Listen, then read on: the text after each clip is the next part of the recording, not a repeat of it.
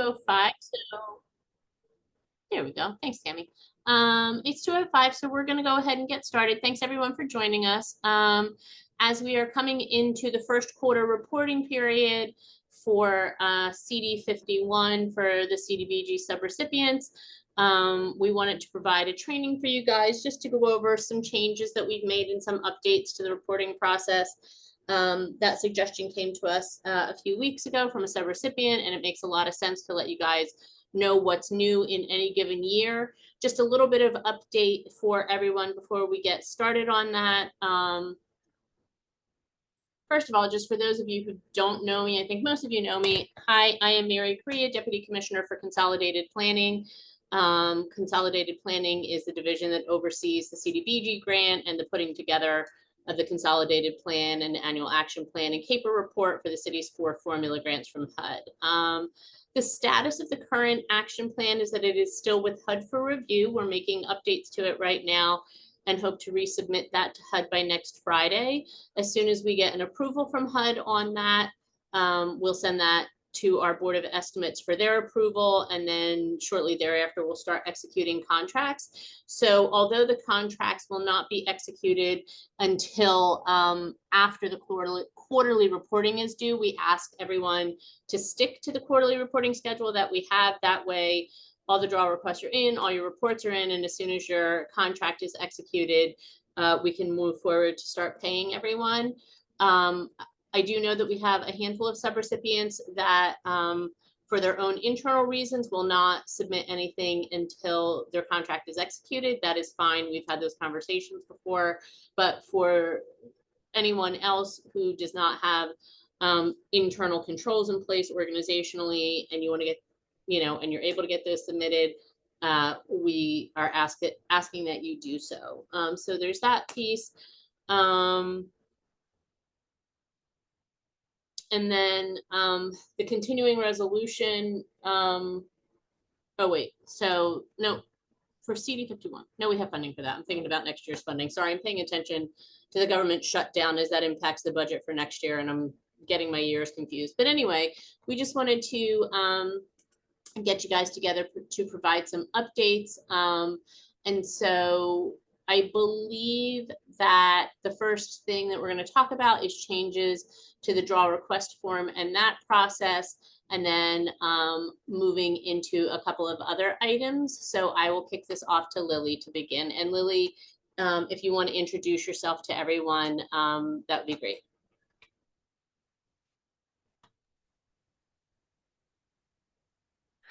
Hello, everyone. My name is Lily Kinney, and I'm the director of the CDBG Finance. And I will talk about the draw form, the requested supporting documents for the draw request, and the changes which will take place in this fiscal year 2026. So I will just quickly go through let me start with the non-profit organizations, and I would like to let me share my screen and quickly just show. Can you see my screen? Hello. Yep, looks good. Okay, thank you.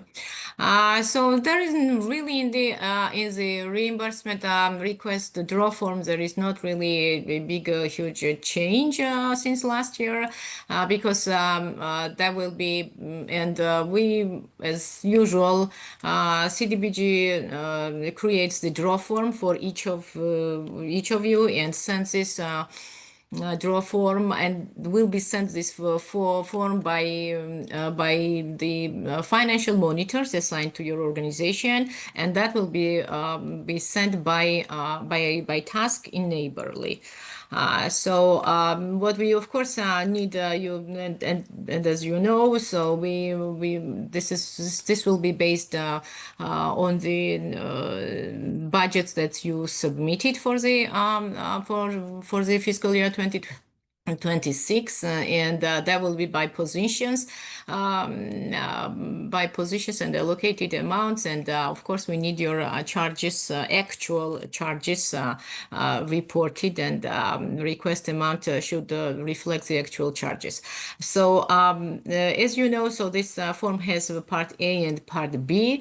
So what I would like to talk about more, it's about the 10% change. It's 10% variation between the between the budget line items, which is allowed, and we don't have to go through the approval process. But please note that this 10% variation can be made between budget line items, but you still have to stay within the budget of the activity. So if you have several activities, then you cannot change the part B budget. And if you have to change the amount of the budgeted amounts by the activities, then that becomes the subject of BOE approval. If there is no need for that, and you stay within the activities budget, then you can have the adjustments of the 10% variations reporting in this case.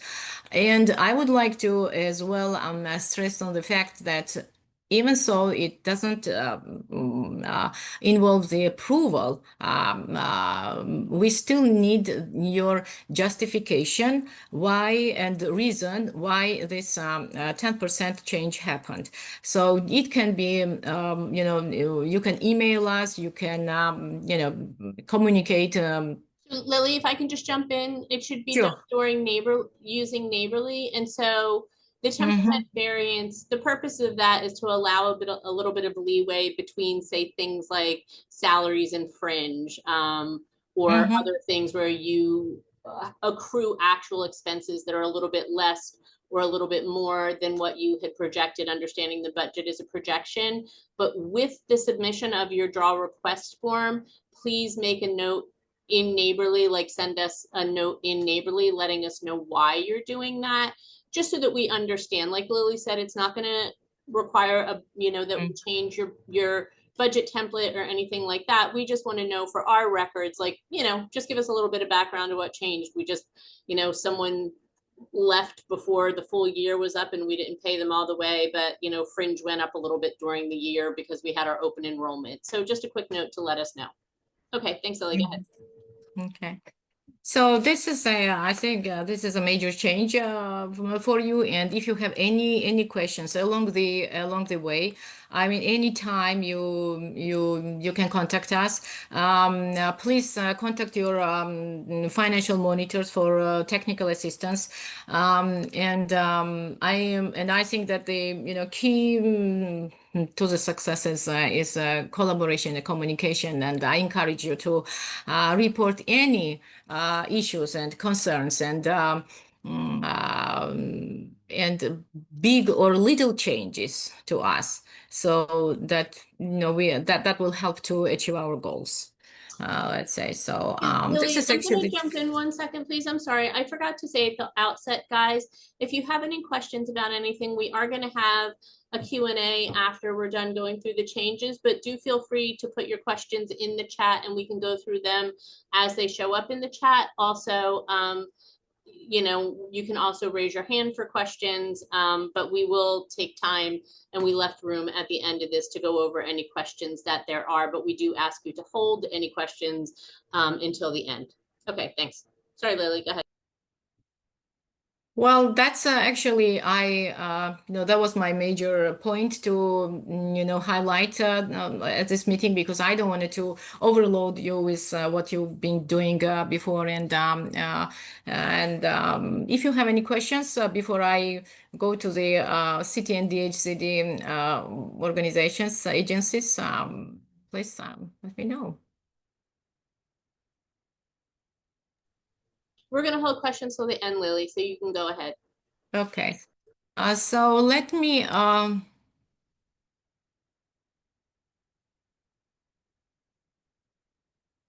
let me share the template for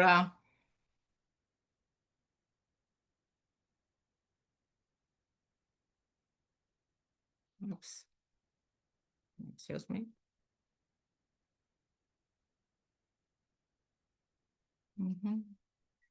Can you see my screen? Looks good. So this is actually for the operating, but for the capital as well.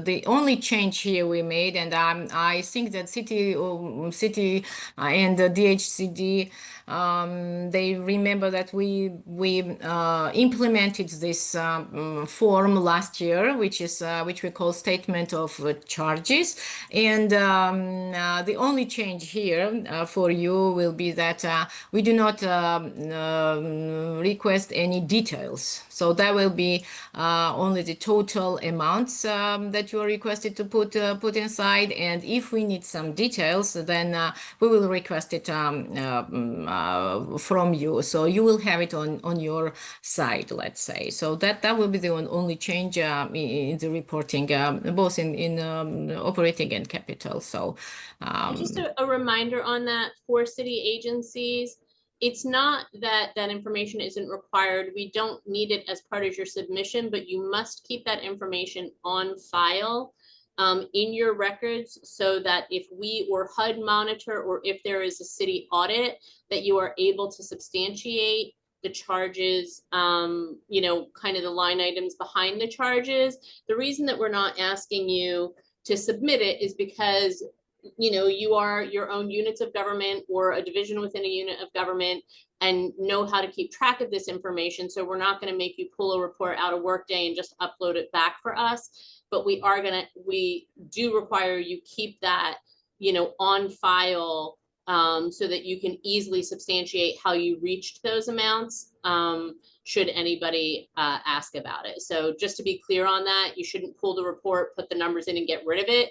You need to be keeping that information on file. Okay, thanks. Go ahead, Lily. So I will just kind of finalize that along the way in the operation, we always have some issues, big or little issues, and please report them, and that will be actually discussed on a case-by-case basis.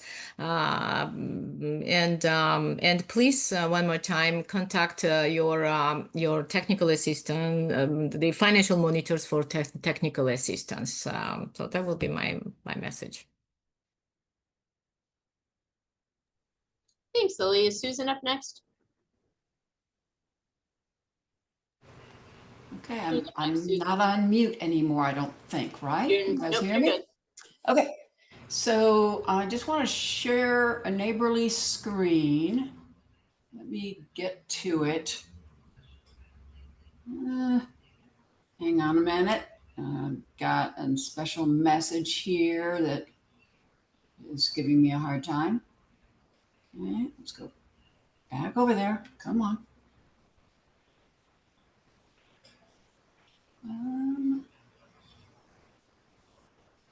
It's not coming up. Okay, well, we're going to do it this way. All right, hang on a second. Now, are you seeing a neighborly screen? Starting with action and maturity? Anybody? Yes. Yes? Yes. Okay. Yep. Yes. I'm going to use them as an example. Uh-oh. It's not a bad thing. That's me after the maturity. All right. That's what you get for being alphabetically first. That's all. Tell me about Right. it. Yes, that's all it is. Yeah. We couldn't go. So Okay. we have eliminated some forms. What we've done is we've gone through them, and we know that some of them we were collecting redundant information. And in a couple of other ones, what we've done is put them on other forms that you're already having to submit. So that, yeah. So I'm going to pretend that I am Laura and go ahead and get one started. I'm not sure I can. David, can you open up one? So we can show them what it's going to look like. if you go to a CD50 name Go of the to a account, 50. Okay. Yeah. that will show the Yeah. current All right. Yeah. forms. All right. Let me do that.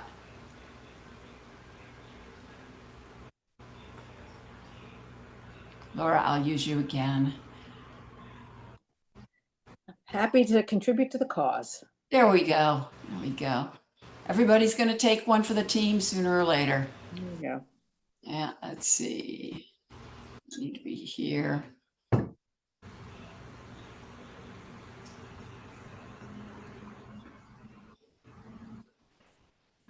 At least Neighborly's working for us today. IDIS was not this morning.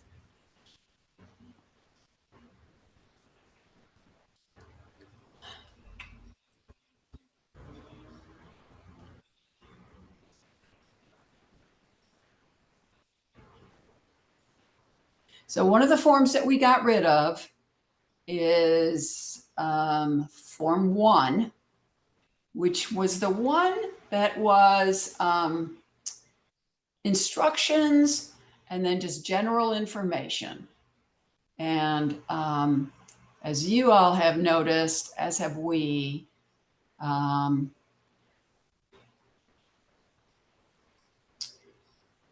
you go into part 1 of your reporting, it was very redundant. Okay, so you will not have to do Form 1 anymore. Hang on just a second. Let me pull up where I've got the ones that have been. And while Susan is looking, the whole point of this was basically to reduce redundancy, and that was an effort that Susan took on. She noticed that we were requiring kind of the same thing in a lot of different places and streamline it both for you and for us. So there's the reducing of redundancy. There's also a couple of forms that Susan will talk about that we created where we weren't capturing exactly what we needed and created some new stuff. Yeah, and there are still some forms that I think we can consolidate a little bit more. We'll get to those probably for 52. But we decided we could do these ones first. So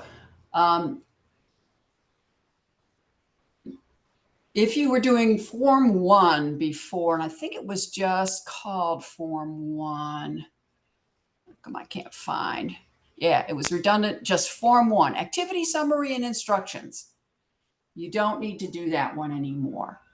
And if you also were doing PM Form 1, public services, public facilities, and improvement data, you do not need to do that one anymore. All of that information is, you're going to report on all of that in these 5 tabs, right? Most of you are not reporting on much in the way of accomplishments right now. We are still requiring a Form 2, race, ethnicity, and income from all of our groups. That is because we have some groups that are doing multiple activities. And right now, Neighborly doesn't have a way for us to sort that out of, which program did Mary Smith attend, the accomplishments is pretty small.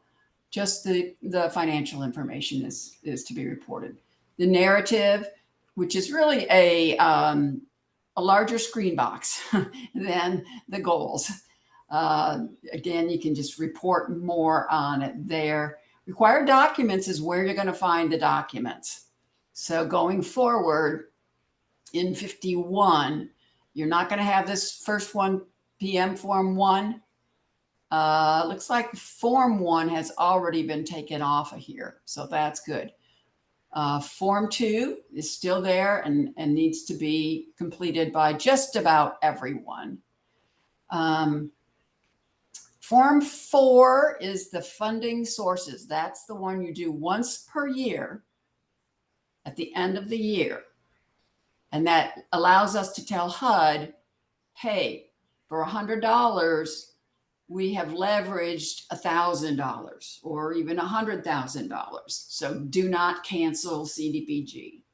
So that one is actually a very important form for you all to please submit to us so that we can let HUD know, and HUD can use that with Congress and others who might want to get rid of the CDBG program. Other funding, other forms that are not here. Well, let's go back to the new forms then. So if you are doing any kind of work with housing or sites, that's where you're going to have new forms to do. The Form 12 is not new this year. We've used it a couple of years, but what we've done is added the information, and there's a second tab called designations. This is information that was in, I think, housing data. So you will not have to do a housing data, which I think was PM Form 2 for those of you doing the housing, not to be confused with Form 2, PM Form 2. We will also eventually get to the point where we're going to renumber all these things and not have redundant numbers. We're getting there. Anyway, the information that we need, there is a place for you to put it into these forms, and Form 12 is the one that you should use if you are doing, let's see if we can get this to come up, move myself over a little bit more. So Form 12 is if you're doing rehab of housing, you're doing new construction of housing, you are sales of housing. That does not include if you're doing counseling for housing counseling. That is still, it's a public service, and that one is still what you'll need to submit on that one is a Form 2 race, ethnicity, and income. And then I think for counseling, there is still a counseling agency form that has to be submitted. And then if there's any kind of home buyer support, so that is the incentive program and subsistence programs. There's one group I think that is doing some subsistence, and we need to know, the address of where that funding is going and what that household looks like, their information. There's a few here that you might not be familiar with, but we do track them all. HUD has us track female-headed households. We want to know if we're helping people that are disabled. We definitely want to know that. And if people are 62 or older in that household, that is required in a couple of the spreadsheets that we have to fill in for HUD. Obviously, ethnicity right now, all we're tracking is Hispanic, and then the household size and income feeds into the AMI. The other big piece on this is going to be the financing that was used. If you've gotten an operating grant, you're probably using operating funds, and that should go in this first column. If you're only using a capital grant, that should go here. If you're giving funding directly to a household or directly to a project for a household, it's probably a capital grant. You're paying a contractor with it. It's probably you're using a capital funding. So if you've got a CDBG capital, it should be that. Try to keep it straight between operating and capital. Operating, covering your staff costs. Any other federal funds that you put in, sometimes there's that. There's state funds, and there's also state bonds. There's city funds, and there's also some city bonds out there, not very common. And then anything else is going to be a private fund. So you're using foundation money, you're using money that a for-profit has given you. The household itself is putting funding in. Anything like that would be, anything that's not one of these other categories is going to be private funds. And then if it's a sales, the date, the price that it's sold for, and the date that it's settled. We need that information too. Then we've already kind of looked at the designations page, basically asking about this one here has a little bit to do with lead and other information about what was actually put into the structure itself. This one is more about who's living there. And this one's specifically for first-time home buyers. There's also a lead remediation. So this is going to be green and healthy homes, and the DHCD lead folks will be filling this one in. And this is in lieu of, I think it was form 10. Yeah. You're not going to have to fill out a separate form. It's all on this spreadsheet now. Upload once. If you're doing a couple of other areas where we've got new forms, if you are doing public facilities improvements, so this is the spruce up projects, or you're working on improving a park, or there may be a building that's being improved. Thurgood Marshall Amenity Center is the one that comes to my mind. Those are usually capital funding. But also the Recreation and Parks Department has a couple of sites that they're working on, a handful of them really. This is the form to use. What is the name of the project?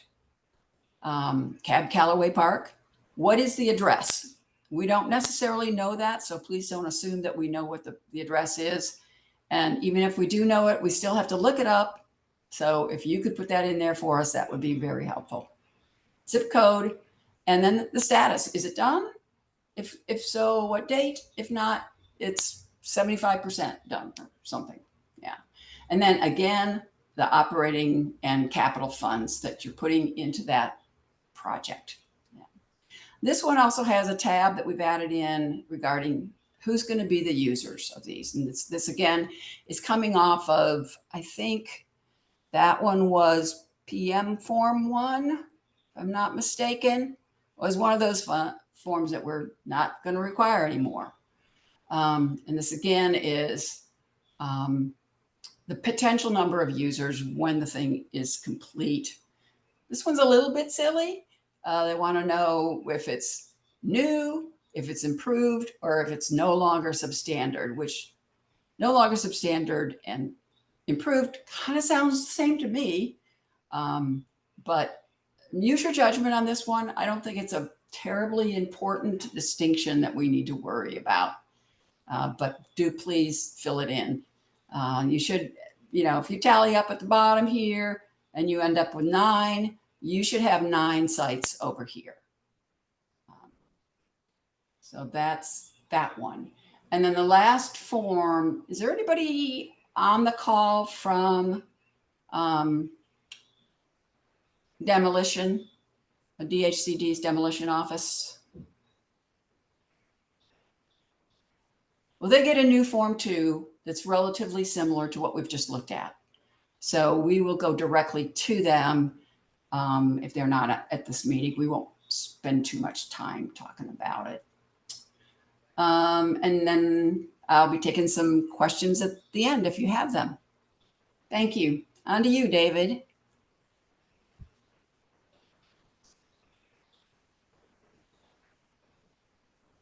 Hello, everyone. Thank you for joining us this afternoon. We'll take a look at some neighborly nuts and bolts, some things that come up repeatedly with our subrecipients. I'll share my screen.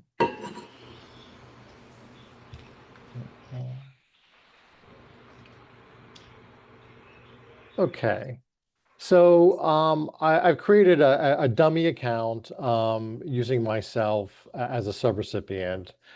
And this would be what the landing page, as a subrecipient, your porthole looks slightly different than our porthole on the inside. And what we're looking at here on the screen would be a subrecipient's porthole landing page.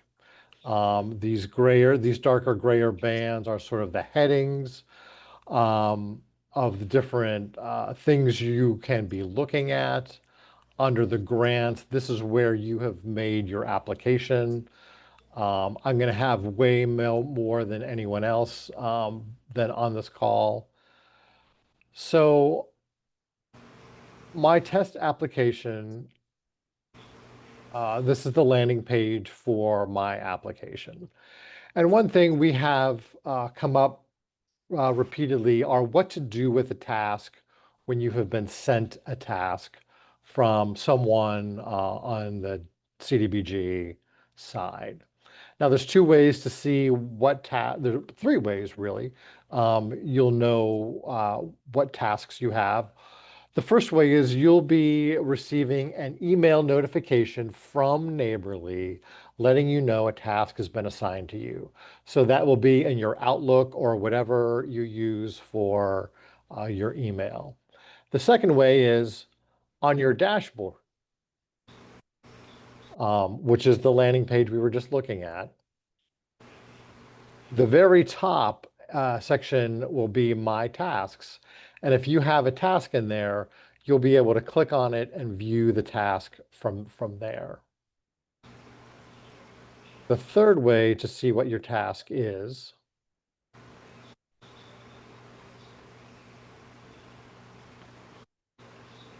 on your home page for your award, there'll be a tasks button over here on the left-hand side. So you can click on that, and that will have the task that you've been asked to complete. Now, once you have received the task and you do whatever it's asking you to do, you want to be sure to click at the bottom the complete and submit task button. This will stop the task from reoccurring in your email. So you will receive a daily email every morning letting you know you have a task that you need to address. If you have a follow-up question related to that tasks, you can click on the message button and you can type in a message here and send the message. And that will send a message back to the CDBG staff person that was asking you to do something that you need more information on. And if a conversation does start to take place, electronically, you'll be able to see that build out in the message history here. You'll see a record of that communication you have had. David, if I can interject for just a second. Sure. And I think we have mostly moved towards this, but we are strongly encouraging that we only communicate with DHCD staff via Neighborly and not through individual email addresses, because by communicating just using Neighborly, it gives basically everyone on our team access to be able to see what the various discussions have been. So say someone is out of office for a prolonged period of time, or someone just needs a bit of information, it makes it much easier for our team to actually go through and be able to see and understand what has been going on. It also just helps us with grants administration on the back end. And we're trying very hard to break down silos and make this process more seamless end to end for everyone involved. So definitely please rely on Neighborly as your point of communication with members of the team, as opposed to their individual email addresses. We can attach emails into Neighborly, but it's a lot of work and not everybody knows how to do it and not everybody remembers to do it. So just encourage you to keep using Neighborly as your primary way of communicating. Okay, sorry about that, David. Sure, and just to kind of expand on what Mary was just saying. So we do have the ability to upload an email, but you need to download the email as a PDF and re-upload that. So there's a lot of steps involved. And this is just a more concise, consolidated area to keep track of communication. And also just for like monitoring and auditing purposes, say HUD were to come in and monitor us, or we were to be audited as part of the city audit process, just keeps everything in one place. Absolutely. And circling back to something Lily was discussing with the reporting documents for the draws. In this past year, everyone received a personalized to their organization, a draw form, and that was sent via the tasks. We will continue to do that, sending out the draw form that is personalized to your organization. We'll also be including some brief directions on using that. And we'll also, we received some feedback about some of our subrecipients weren't always clear on who their monitors were.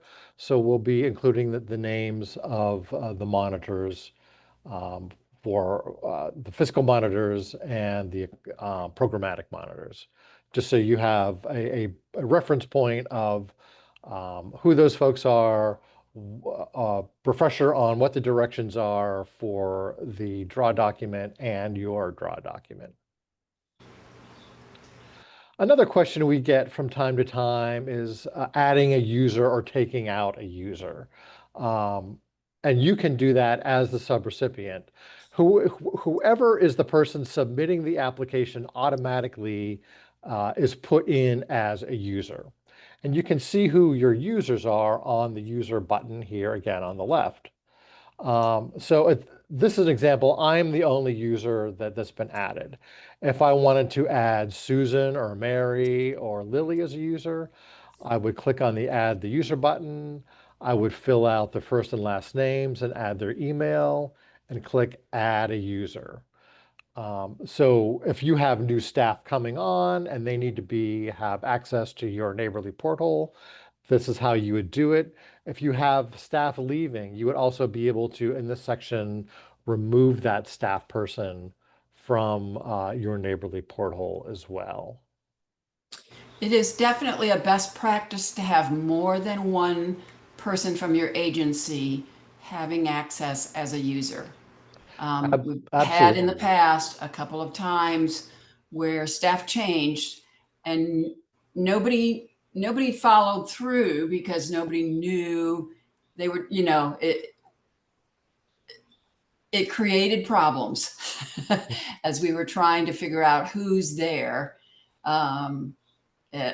So we definitely recommend that everyone have at least 2 of you as users in Neighborly so that communication doesn't get stuck going to a dead email account if that were to happen.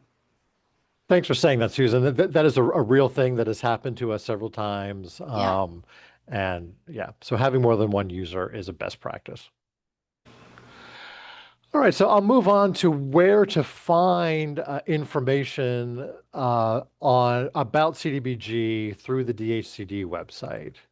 So what I will do is the way to find that information is by pointing your browser to dhcd.baltimorecity.gov. That will bring you to the landing page for the DHCD website.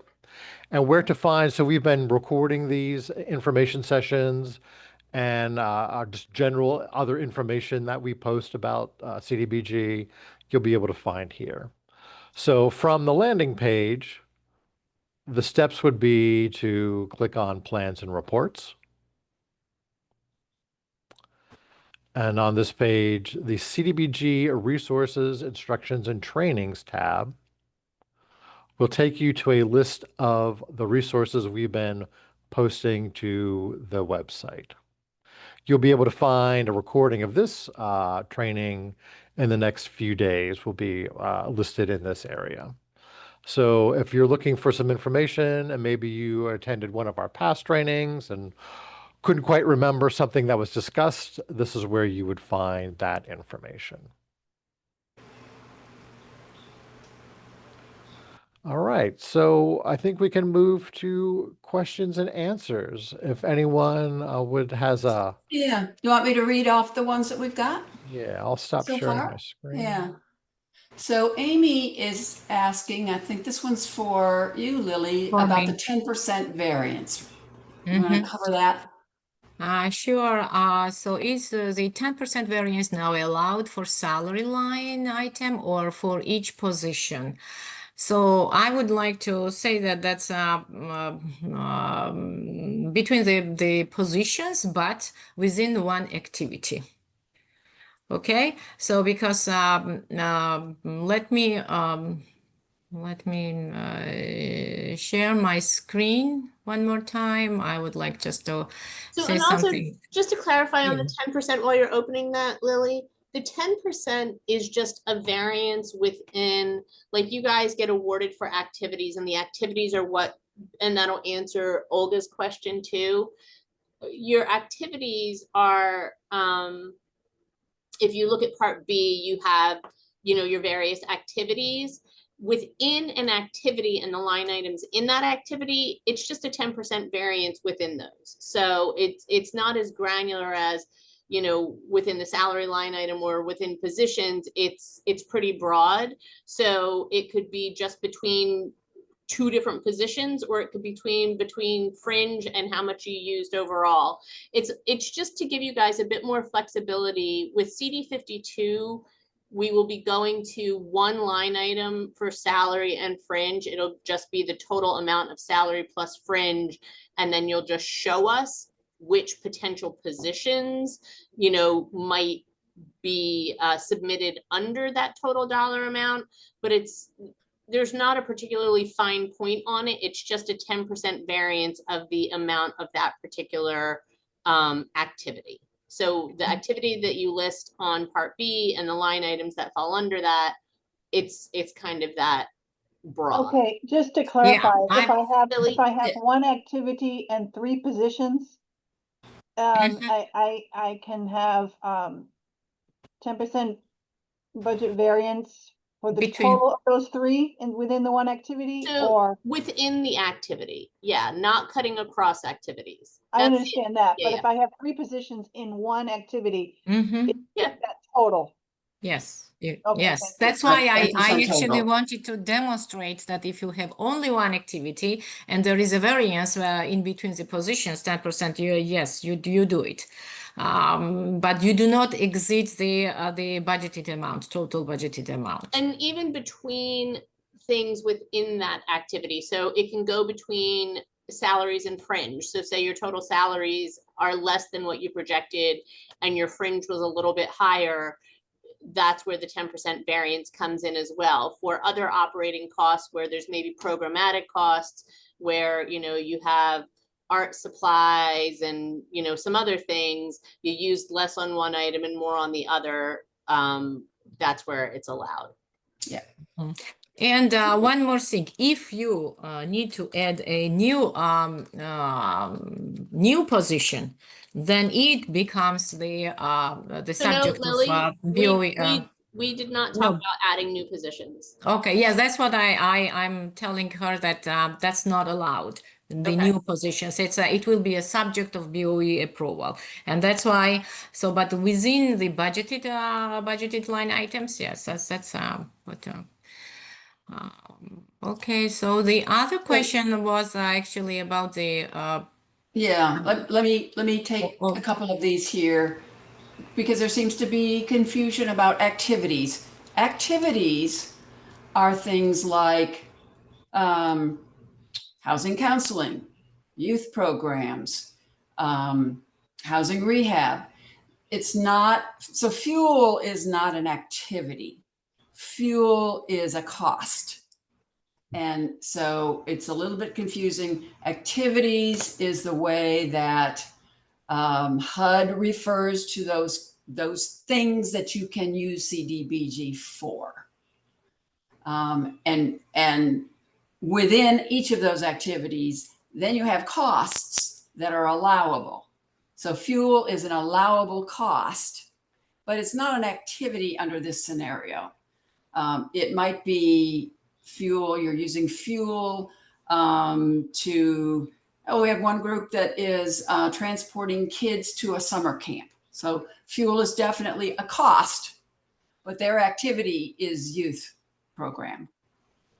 I hope that helps. I think it's Laura that had that So the question. distinction is also how it gets broken out in your contract, because we awards and how it gets broken out in the action plan. So when Susan populates the action plan every year, you get a budgeted amount per activity, and within that activity, and when we use the word activity, we are talking about a code that HUD uses about what a thing is categorized as. And so HUD calls them activities. So we're using the word activity in alignment with how HUD talks about them. But an activity, like to Susan's point, you could be doing housing counseling. You could also be doing, capacity building. You could be doing after school programs. And within each one of those, so say after school programs, you have certain supplies, and then maybe you have bus tickets and you have something else. Say your supplies didn't cost as much, but your bus tickets costed more. As long as it's within 10% of that activity's budget, then that's where the variation occurs. And so, because to change the dollar amount assigned to a given activity in the action plan would require us to go back to the board. And so we don't allow those types of changes because they're just too much work. We would also have to do an amendment to HUD, and that's just too much administrative work. But within a given activity, any of the costs or expenses as a line item under that activity are okay to move. That's what the 10% variance is for. So Laura, you're clear. Dan, we haven't missed you. We're gonna just keep talking about this budget piece and we'll come back to you. All right. Olga, And the personalized draw request forms, as Lily mentioned earlier, will be coming out via Neighborly. We're still finalizing those, and they will be sent as an attachment in Neighborly with instructions on how to fill them out. David, Dan's question is about when he is out of country, he's not able to get into Neighborly. Is that something that you can follow up with Neighborly on and then get back to Dan on that? Yeah, so I've had this question before. Neighborly is not accessible out of the country. And that's coming from Neighborly. Do we have any sense of whether using a VPN gets around that or not? I do not. I just know that the word I've received from Neighborly and trying to access out of the country, that is not a possibility. Gotcha. Let me go back to the questions. Not very neighborly. Yeah, there you go. Susan, Laura Siren is next. Yeah, I'm trying to get back to the questions if you'll let me. So yeah, Laura, so CDBG PM Form 1, Public Services Performance Measurement Data, that's right. It's no longer required. That information is going to be captured in other forms. Okay. And let's see, Laura Bristol. Yeah, activities, again, it's a very specific HUD definition that's part of the scheme that they use to set up the action plans. Yeah, no, I'm good. After what everybody. You're good said, I now? think I'm good. Okay, Yes, thank you good. so much. Yeah. I don't want to belabor. Yeah. Thank you. Thank you. Thank you. Okay. Let's see.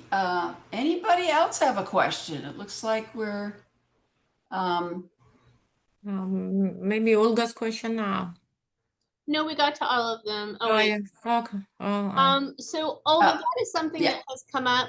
The contact list we are going to be sending out in Neighborly. When we send out your draw request form, we'll be putting in that who your primary points of contact are for your accomplishments reporting, who your financial monitor is, and that's the information that you'll need.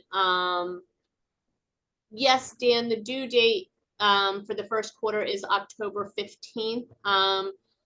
If you need a little bit of latitude because of that issue of being out of country, just send us a message.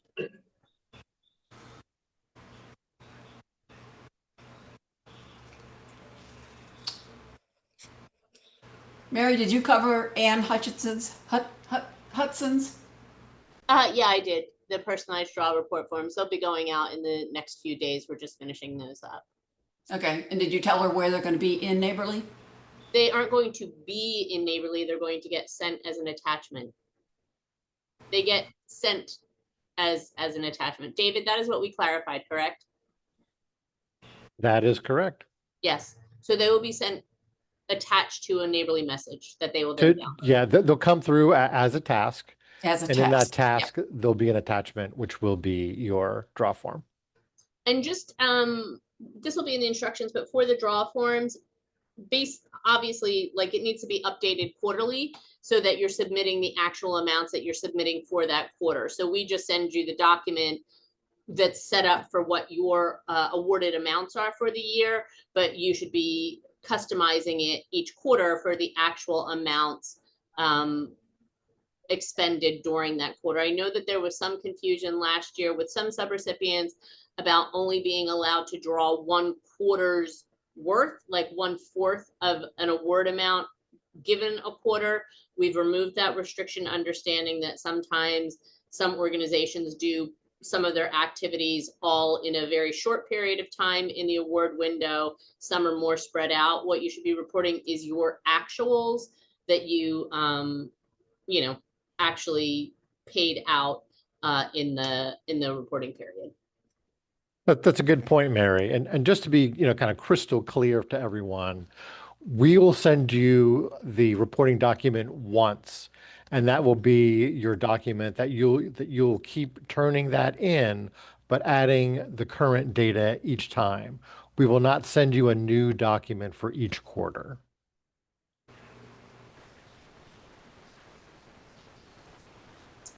Impact of a government shutdown. Good question, Edward.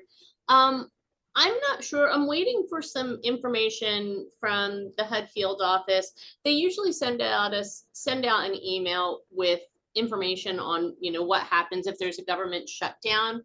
For the most part, we since we reimburse you from general funds and then the city gets reimbursed by HUD after we've actually paid you guys, it wouldn't impact anyone getting paid out. What will impact getting paid out is that we cannot start paying anyone until the action plan gets approved by HUD and then goes to the board. So that's actually the place where a government shutdown could be problematic, is that if the HUD field office staff responsible for reviewing and approving the action plan are furloughed, and that's what we're waiting for confirmation on.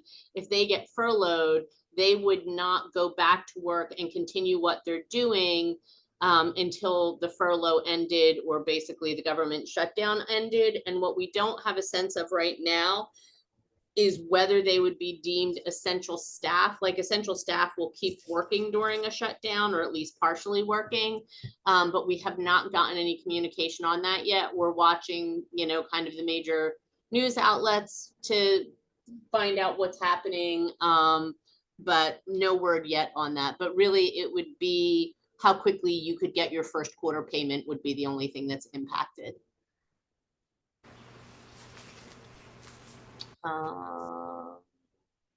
Due dates, I think Jenny had a question. I saw it and then I lost it.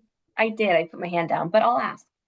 So just to go back to the change in how we don't have to invoice only for a quarter per report period, what kind of backup documentation should we submit with that? If it's pay stubs, do we just write the percentage of time worked this? That'll be coming out with your draw request form. We're just finishing the language on that, Jenny. Okay. Is what supporting documentation. But yeah, basically a payroll report where you can see the position name and kind of how much you paid them. And then if it is a percentage, something that shows the percentage.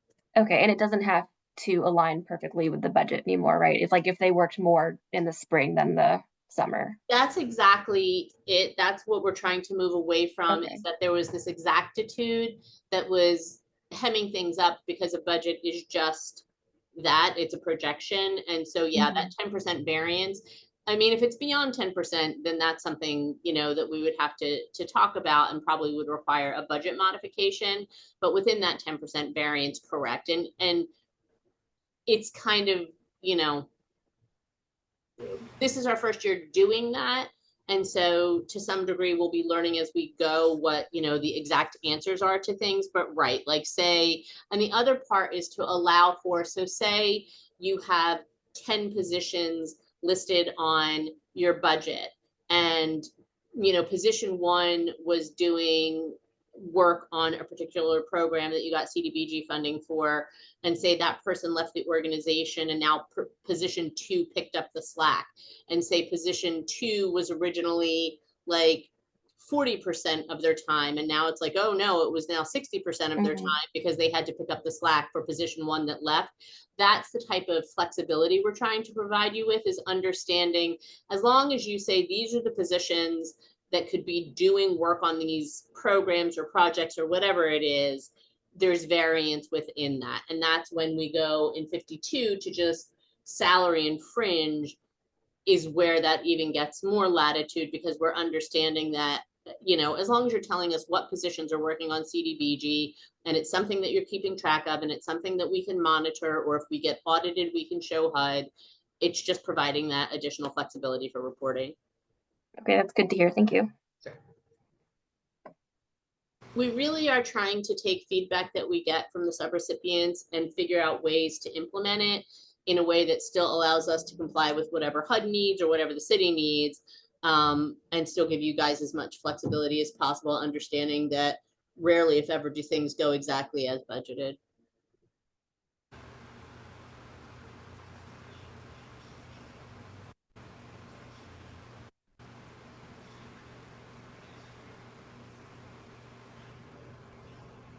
Any other questions? Thank you guys for joining us. We will put this recording up on our website, and we'll let you guys know, but it's on the page that David pointed out. And we should be getting our draw request forms out and the general instructions for CD51 first quarter reporting within the next few days.